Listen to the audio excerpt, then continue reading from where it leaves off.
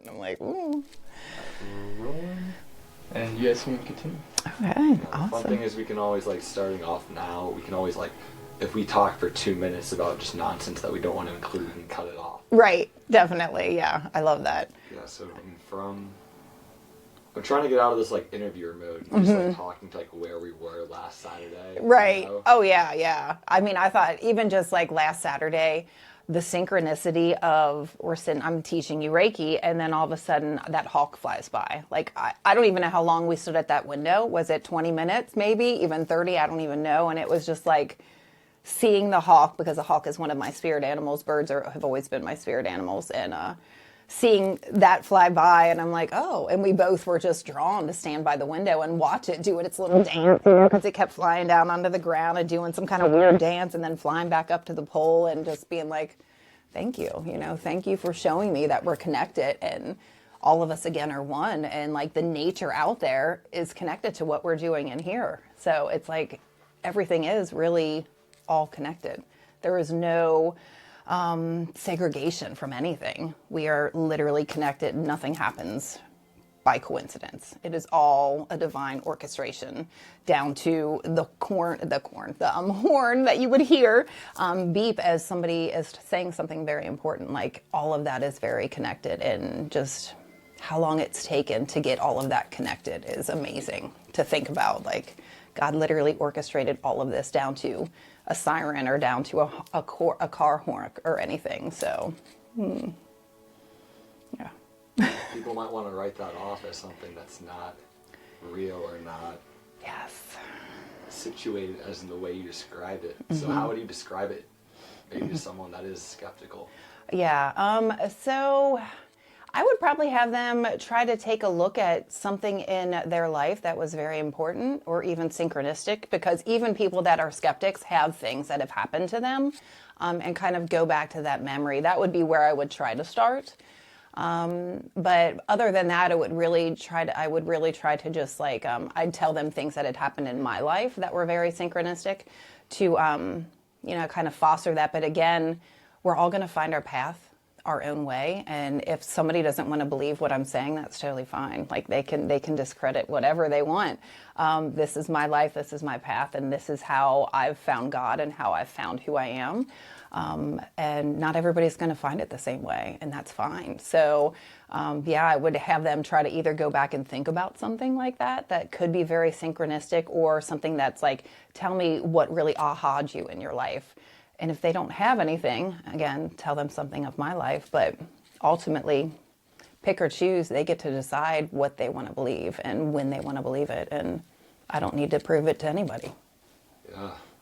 So as far as the path you're mentioning, can you describe what that may look like, and some milestones throughout your life that were really key factors? Yeah, so some super important key factors in my life.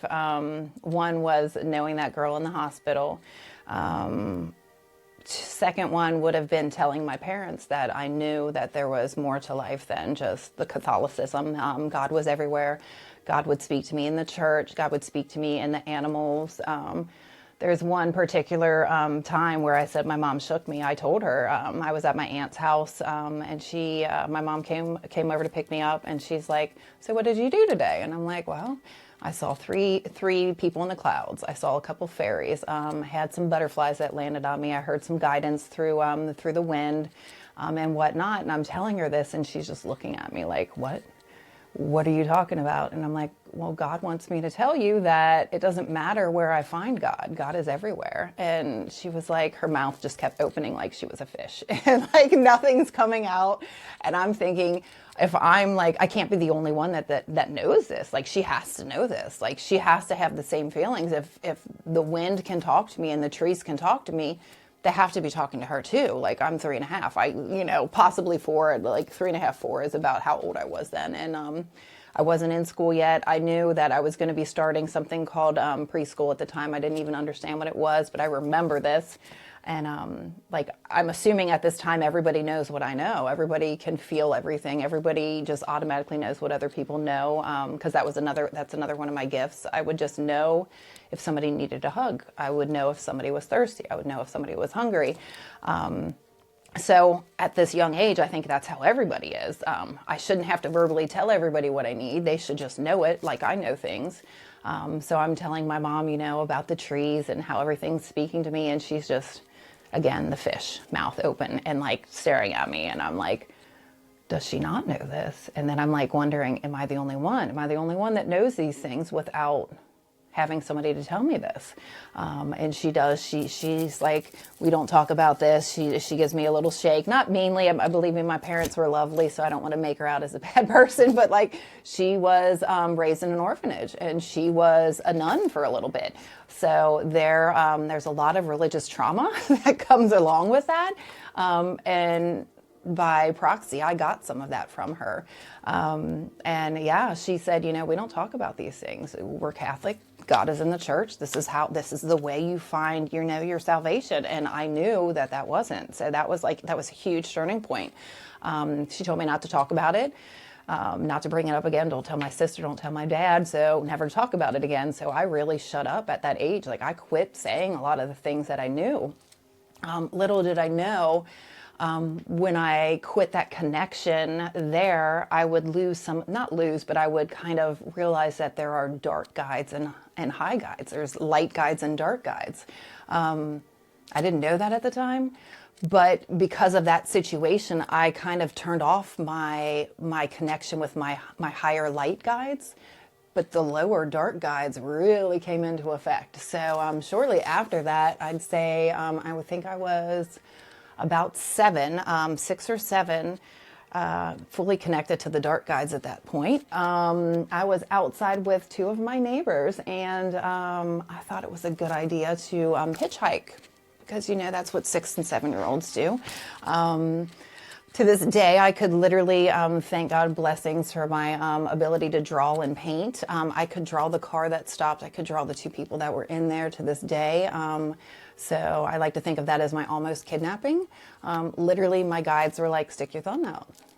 Okay, I did. And me and my 2 neighbors, her little brother, the girl that lived next door to me, we were the same age. Her brother was about 4. And so we all stood out in front and, pretending we were going to hitchhike. My guides, literally, I remember asking them, like, why are we doing this? And they're like, to see what happens. And I'm like, okay, like, I don't know any better. Okay, I'm going to do this.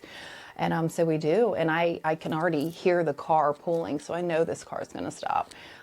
Blue, kind of like a Chevelle looking car for the time. They stop and they say, hey, what's going on? Why don't you get in? They open the door.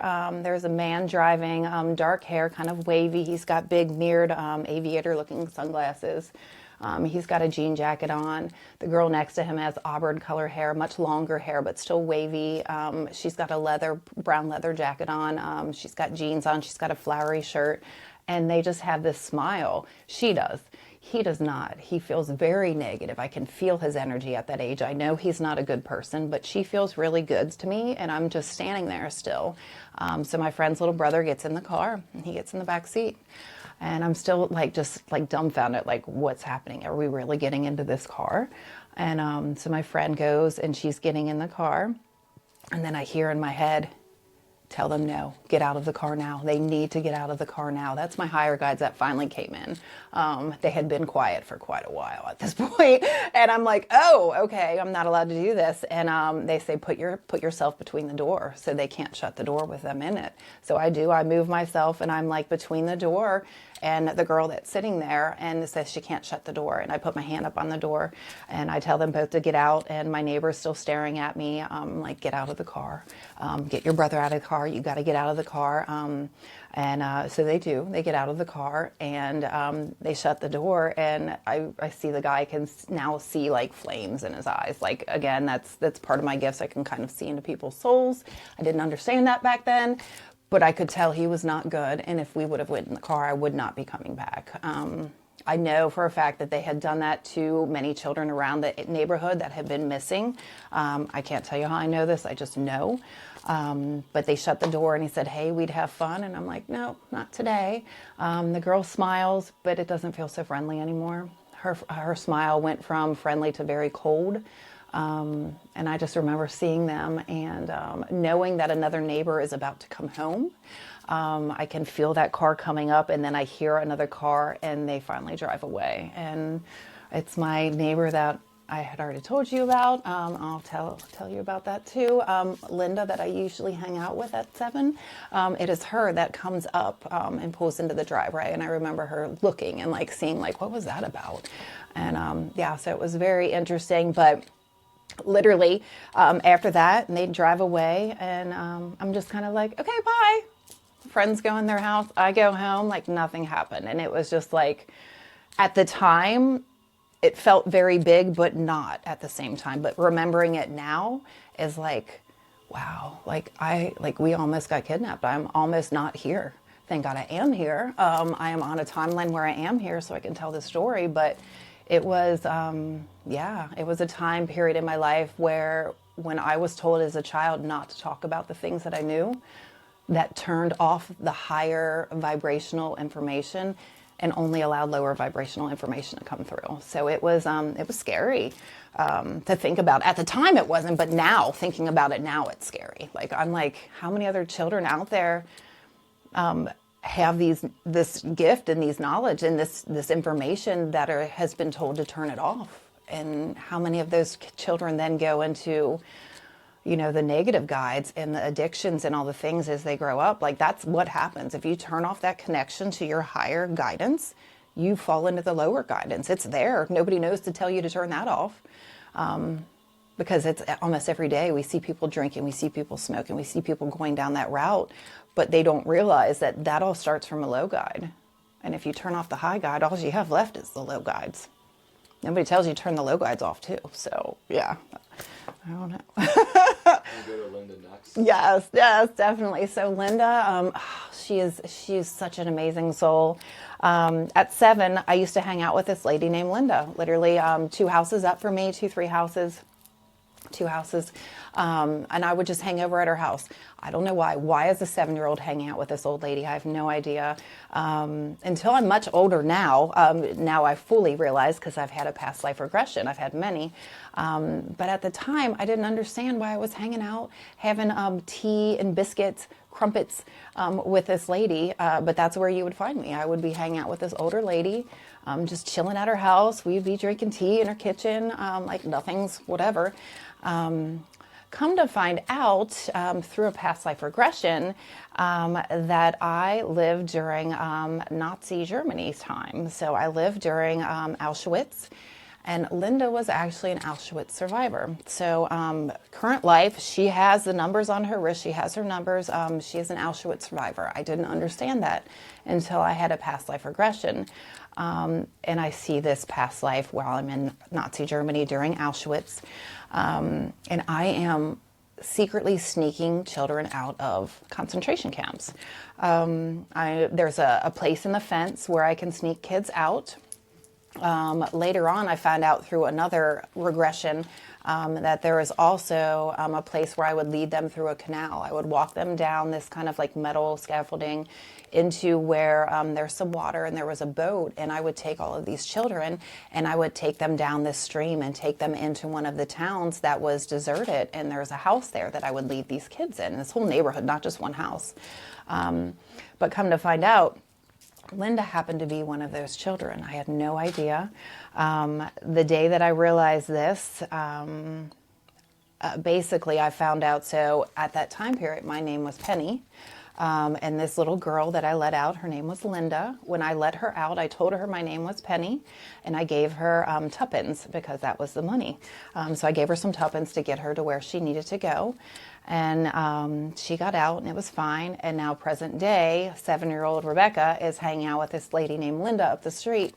And it came full circle because I realized she named her dogs after me and the money that I gave her. She has 2 dogs. One was Penny, one was Tuppence. And when I fully realized she was the girl that I got out of Auschwitz, like I couldn't believe it. I was just like, that's literally why I am 7 and hanging out with this child or this adult that was from the concentration camps. Like, it was just unbelievable to me that that was truly why I was there. Because again, I was like, why am I hanging out with this? Like, why is a 7-year-old with an adult, eating biscuits and having tea. Like, that's not what a 7-year-old does, but that's what I was doing because I remembered her. I remembered helping this child, and now she is an adult helping me, giving me tea and biscuits during, lunchtime and whatnot. So it was full circle. It was mind-blowing to understand that whole connection there, and seeing like what happened. And during that past life regression, they didn't show me all of it. They didn't show me the part of the water,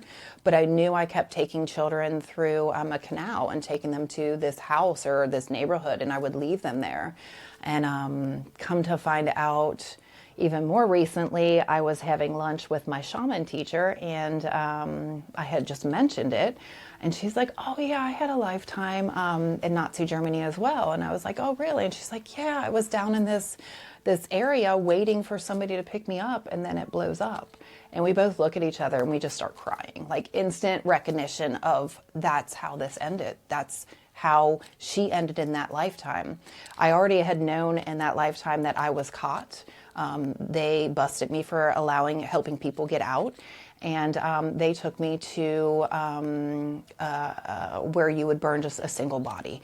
So like a crematorium area. And so it wasn't like a big chamber or anything like that. It was literally a single crematorium. I remember being in it and banging on the glass, like, I'm not dead, let me out. It was my soul though. Your soul can't burn. Your soul literally cannot die. It's not going to go to hell. It's not going to go to some metaphorical heaven. This is what we make of it right now. So that's me in there banging, like, somebody let me out of this room, let me out of this little thing, because I'm not dead. My physical vessel was, but I didn't know that at the time. But talking to my shaman teacher now, I realized the second to last time that I took that canal, I decided to take some of the money that the Nazis had been stealing from the Jews. I needed money to protect the kids and to give them food and feed them and things. So I took chests of money, coins, doubloons, jewelry and things. I took whatever I could find in my boat, and I, paddled down the stream through the canal to where I had these kids, and I put the money there. I put all of it there, so I had it.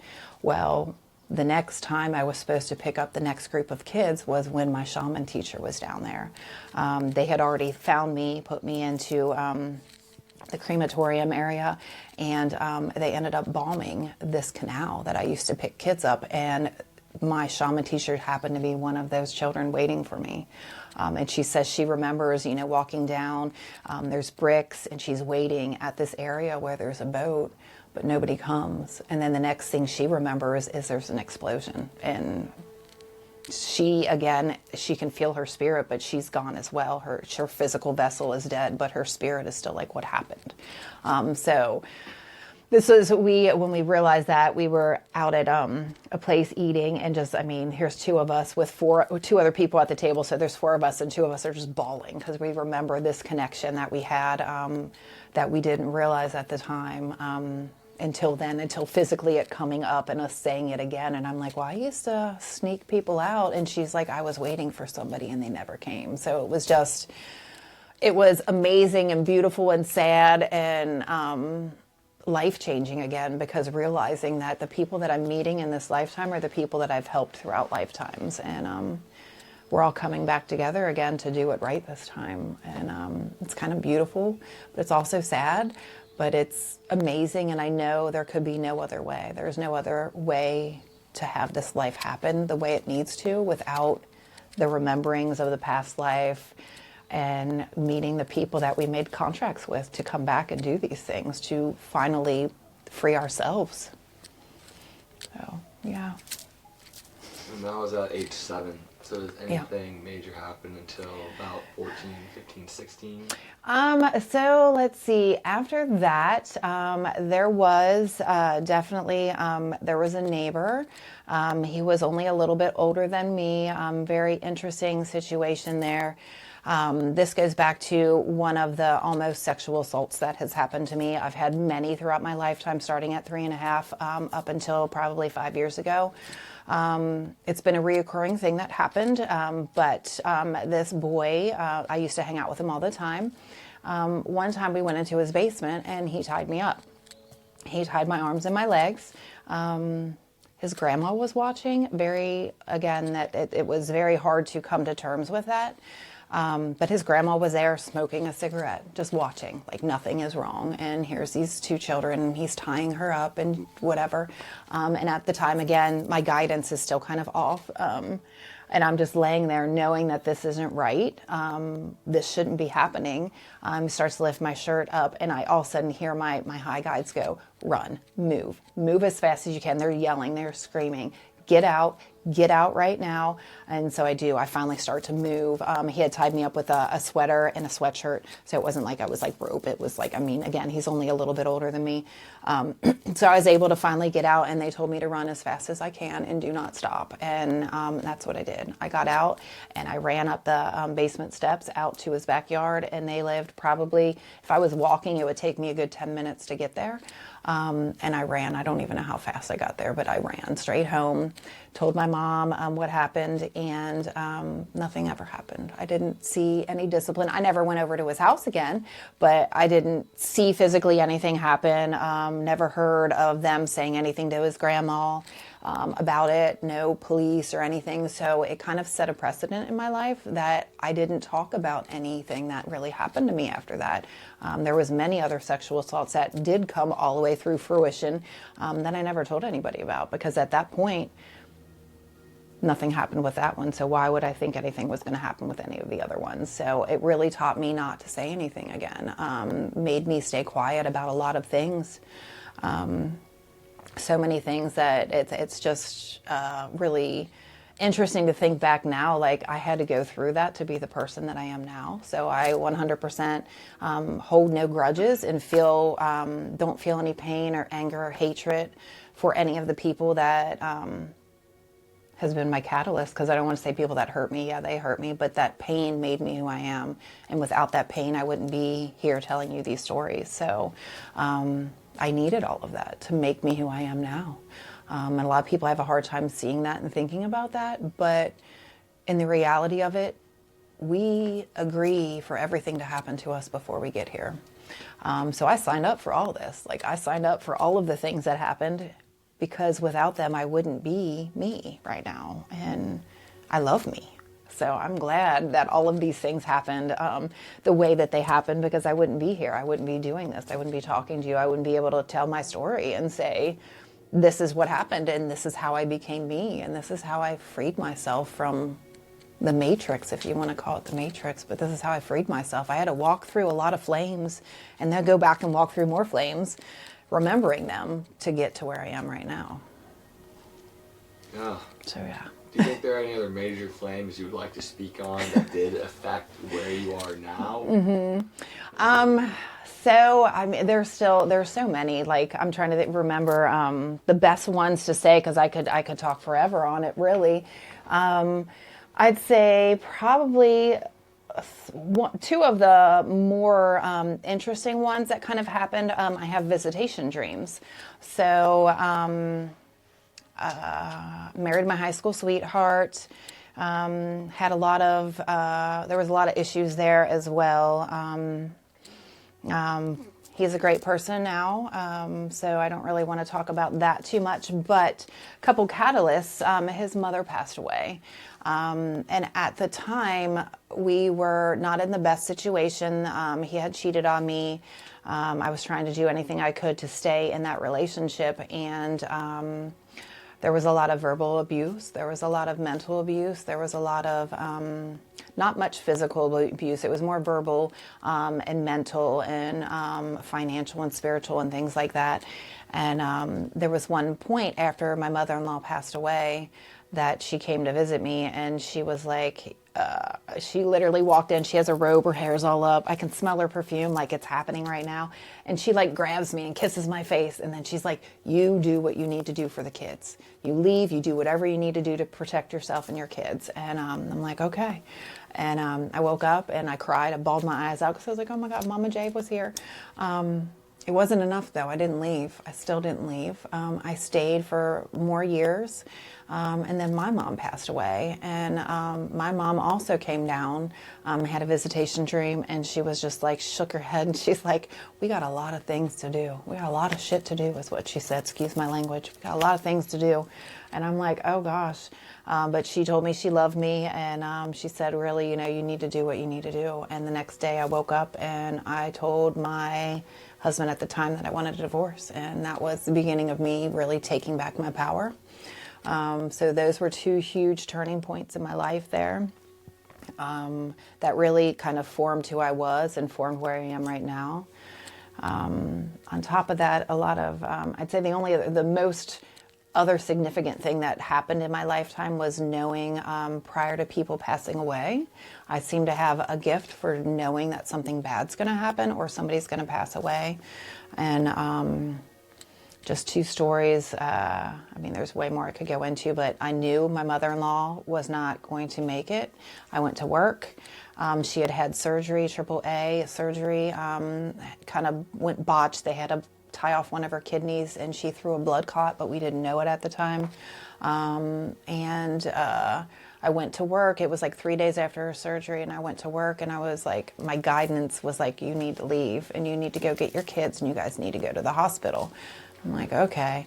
And sure enough, I went and get my kids and whatnot. We got up to the hospital, and they went in, did exploratory surgery, and found out that her bowel had started to die. They only gave her a couple hours to live, and literally she passed away that day. It was extremely, we had no idea it was going to happen. She lived in Florida. So it was very, very life-changing and horrifying. But at the time, I was already starting to kind of understand that gift that I had of knowing. Actually, I could go on and on. I had also mentioned that my oldest daughter, she had a best friend who committed suicide. And prior to this happening, we were all supposed to go to a parish picnic. And I was told not to go. My guidance said, stay home. You need to stay home with Kayla. You and Kay are going to stay home. I'm like, okay, I'll stay home. And it was just very interesting how it all happened. And then come to find out, I just kept having this bad feeling. And my daughter Kayla comes into me crying. And she's like, Kayla's not here anymore. She committed suicide. And it was like horrifying, because I was like, there's no way this happened. Like, there is no way. And then my guides are like, that's why you were here. That's why you stayed home with her, because she would have been home alone when she found this information out. So I call the mother, and I ask her, and she said, yeah, that she did today. And come to find out, my daughter was the last person that she called before she did it. So it was very traumatic for all of us. We had known her since she was little. Like, we literally moved in to that neighborhood when they were 7. And so we knew her from 7 until I think it was 16. And it was really hard. It was hard for all of us. She was like a daughter to me. So that happened. And that's happened to each of my children. Each of my children, something horrible has happened to one of their best friends or very good friends.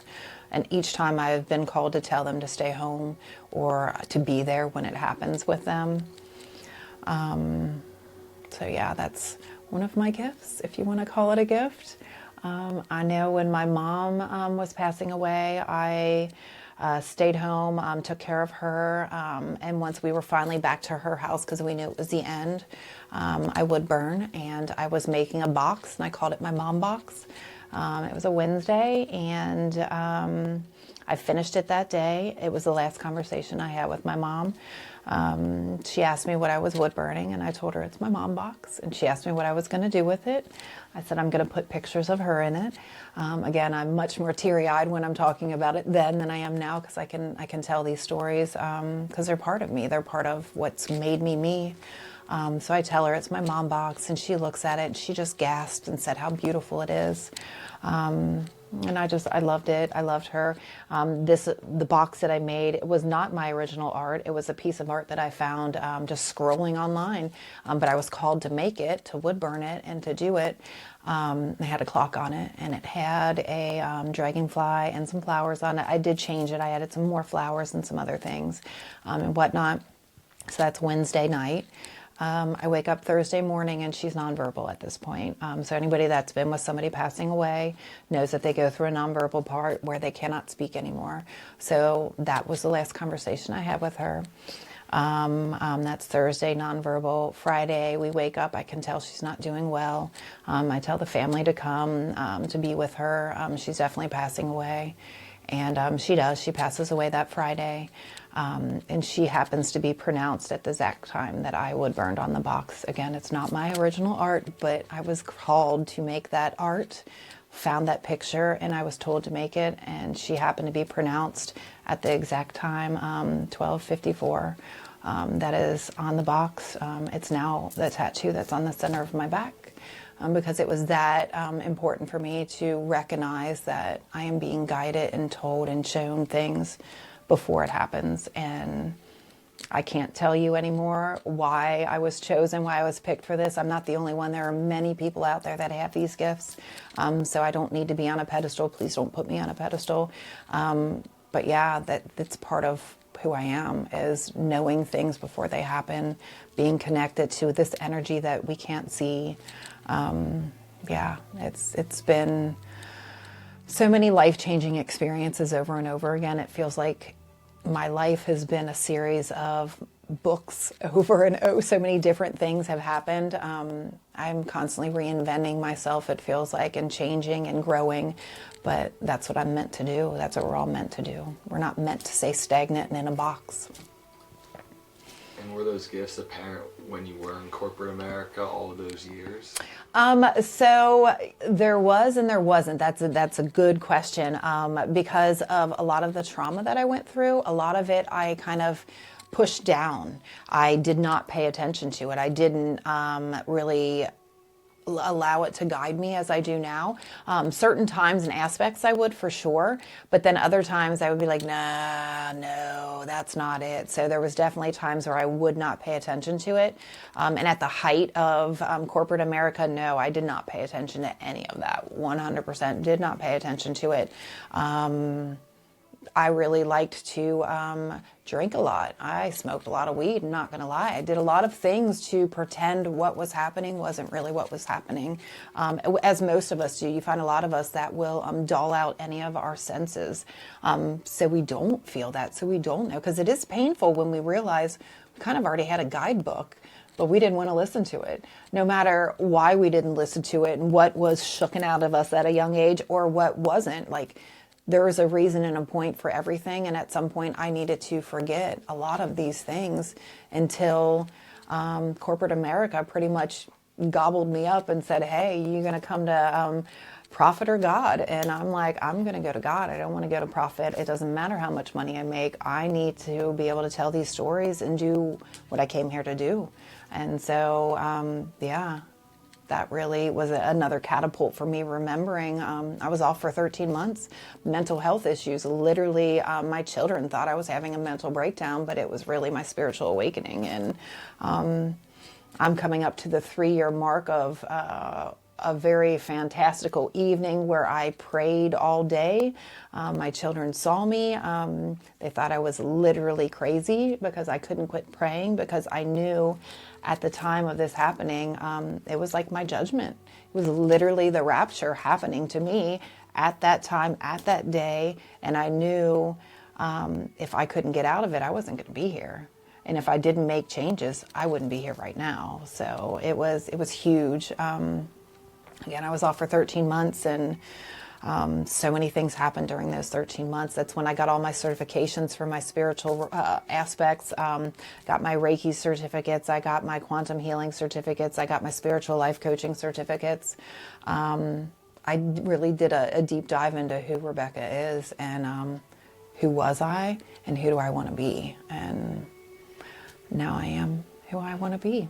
I'm the one that I needed back then to protect me, but I wasn't ready for it. But now I am, and now I know I can protect myself, and I can tell my story, and I don't care anymore. Like, I'm the tree hugging hippie that you see, like carrying the crystals around and doing all the things, and speaking my light language, my frequency speaking healing is what my guides like me to call it.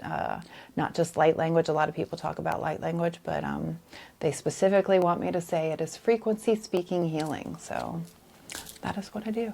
Could you touch on those? Yeah. Reiki, quantum healing, light language, Yeah. anything else you want to include? Yeah. So Reiki is Eastern healing. All of it's an Eastern healing versus Western healing. I am an Eastern healer. I utilize all of my special gifts plus my certifications to help people heal. I again help them feel good, but ultimately they have to heal themselves. This is all based on healing your full body. So you have an emotional body, a mental body, a spirit body, and a physical body. And to heal all of that, you have to really do a deep dive. But being a Reiki practitioner allows me to utilize Reiki healing energy to help people. So I went in and became a Reiki Master. Quantum healing is about using your breath as well as the Reiki, and understanding quantum entanglements, and that time is not linear. It is all happening at one time. So present, past, and future is literally happening at one time. And knowing that we're all connected. We all have pieces of multiple past lives. We've all been different people in different past lives. And as you ascend and awaken, you remember those. You remember pieces of Christ consciousness. You remember pieces of Mary Magdalene. You remember pieces of all of these different lifetimes. And not just one person is one of these people. All of us are multiple people, all at one time. And as you heal and understand that, you remember these things. So that's part of that. Let's see, I'm also a shaman. I will be graduating in April as a full Mesa carrying Pampa Masonic shaman for the Kiro tribe. Super excited about that. I am a forest therapy guide as well. But light language or frequency speaking healing is really probably my strongest aspect, as well as doing crystal surgery. I'm also a crystal surgeon. So some of the crystals you see behind me, I utilize those to help people as well. But frequency speaking, just like sound healing, you can listen to a Tibetan bowl, you can listen to a crystal bowl. I speak specific words that are not words. The Pentecostals would say I'm speaking in tongues. Other people would say it's light language. It is frequency that comes from my voice, and it will adhere into your body and heal what needs to be healed. It'll push out stuck energy. It will help open and close doors for your future and the past. It helps pull in soul fragments that you have lost along the way, because anything that's happened to you, you leave a soul fragment if it's been traumatic. So we literally are split into so many different soul fragments, and we're here in this lifetime just trying to get them back, trying to get as many back. So yeah, a little bit of light language would be like, thank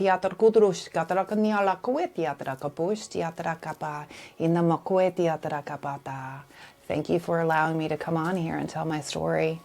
I've had a lot of lifetimes to do these things, and a lot of lifetimes I was not allowed to speak about this, but I'm allowed to speak about it now because it's time and the world is ready.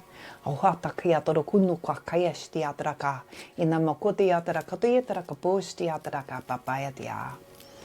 thank you for listening to me and allowing me to tell my story. Frequencies that come out will literally go into the biofield, so your auric field, and will adhere to what needs to be opened and closed. Pull the soul fragments back, like I said. It will push out stuck energy in your body. It will do, it will allow the neuroplasticity in your brain to actually push out old neural pathways that are connected to lower timelines, lower frequencies, lower dimensions, negative thought processes. With the light language that I do, utilizing my Reiki and my crystal surgery, I can push out lower timelines and neuroplasticity. Neural pathways that are of negative descent, that are recycling negative things that happen. So that is part of what I do with the light language and the crystal surgery and the energy. And It's amazing and it's beautiful. I know when I have clients, I had 2 clients for those 2 particular things today, and all I can say is it's a journey.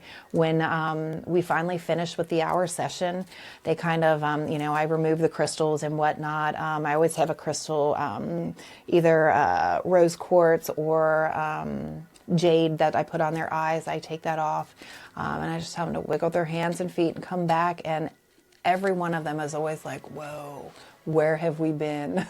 I was not here. I was not in my body. I was physically somewhere else. A lot of them will see their own guides. They'll see colors. They'll see shapes.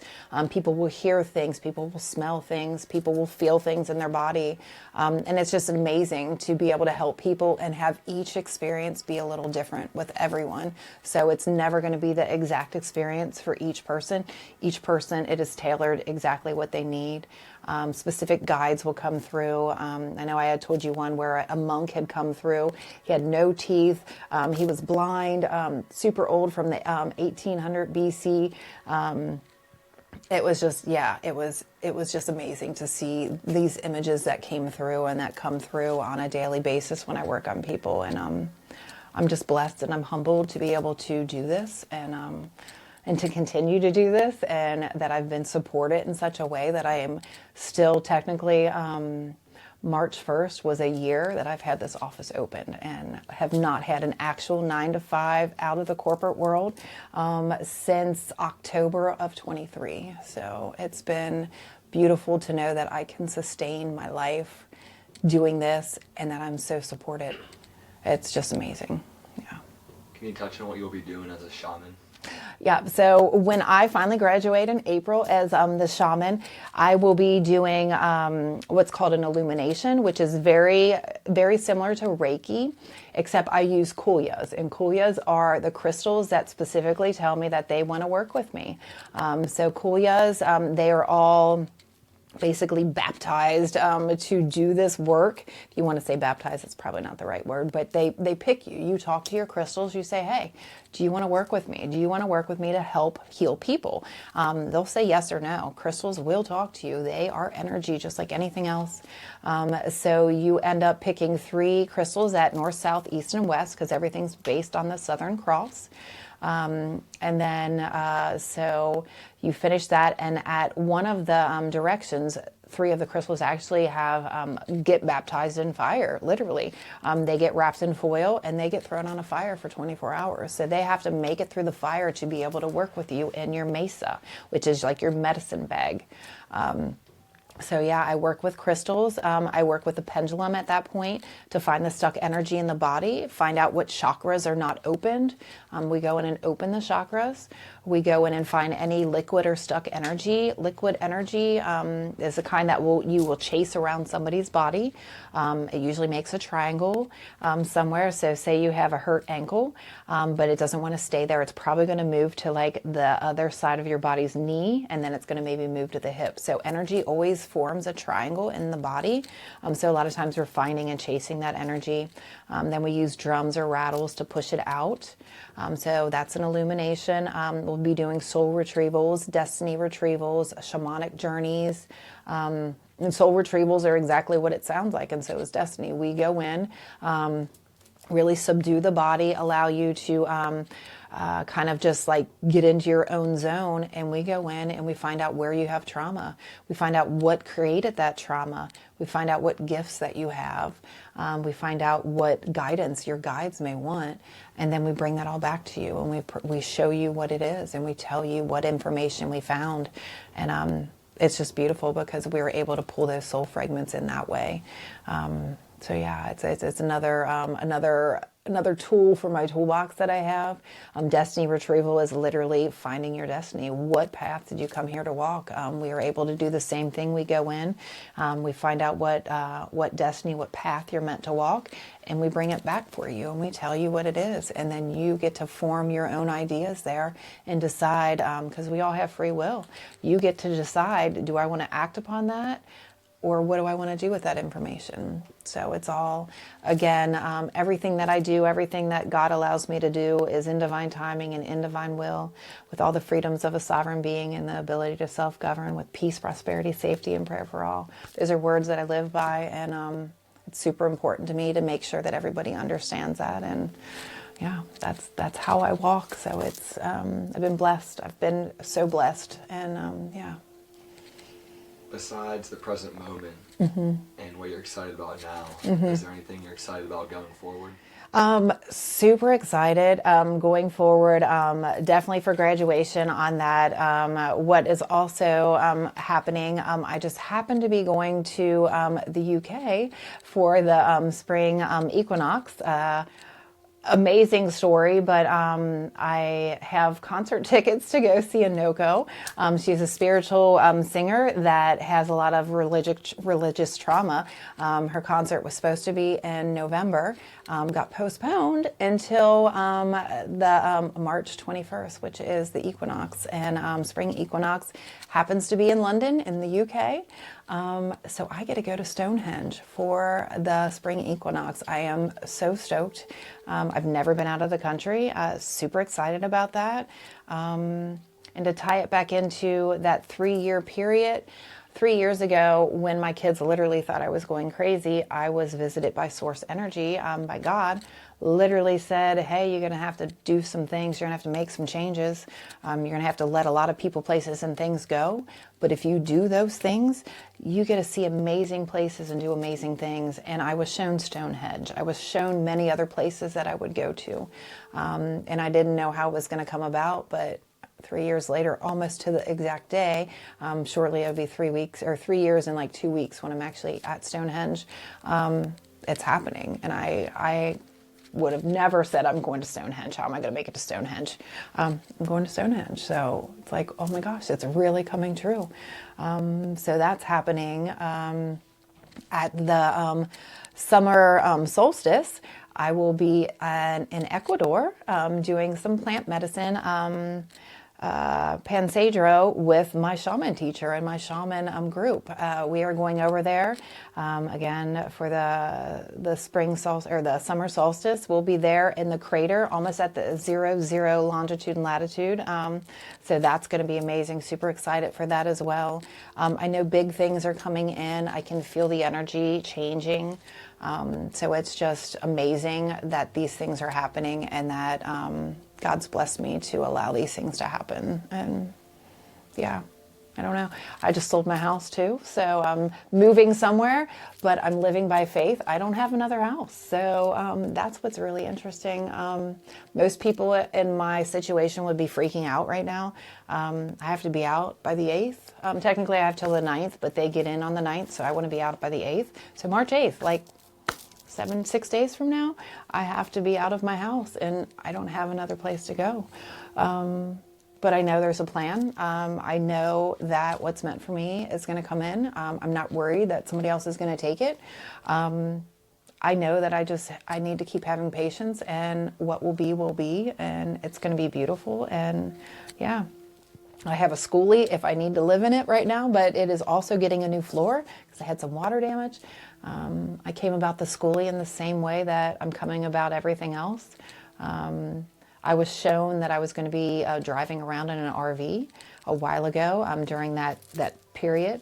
I kept drawing an RV or a schoolie in my book. And it was about a year and a half later when I started dreaming about this schoolie that my friend messaged me and said, hey, there's a purple school bus in California. I think it's for you. 2 weeks later, I was on a plane to Redding, California, and I got a purple school bus, and I drove across country, and I made it, and it was life-changing. Like, if you could ever take a trip by yourself, do it. 100%. The trip did not start off by myself. I had a friend that was a great friend, but he ended up leaving me in Flagstaff, Arizona. He had some of his own issues and he had to leave, and that was fine. I've since forgiven him. But yeah, I was alone from Flagstaff, Arizona, 1,800 miles, and I didn't even know how to drive a bus. But by the end of the day, I cried, and I knew how to parallel park a 30-foot bus. So yeah, it was amazing. And I had no clean clothes at this point.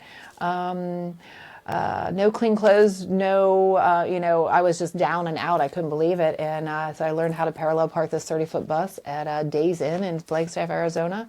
Went in and talked to the front desk person. I'm like, hey, is there a laundromat? He's like, actually, there's a laundry area on the same floor that I put you on. I'm like, okay.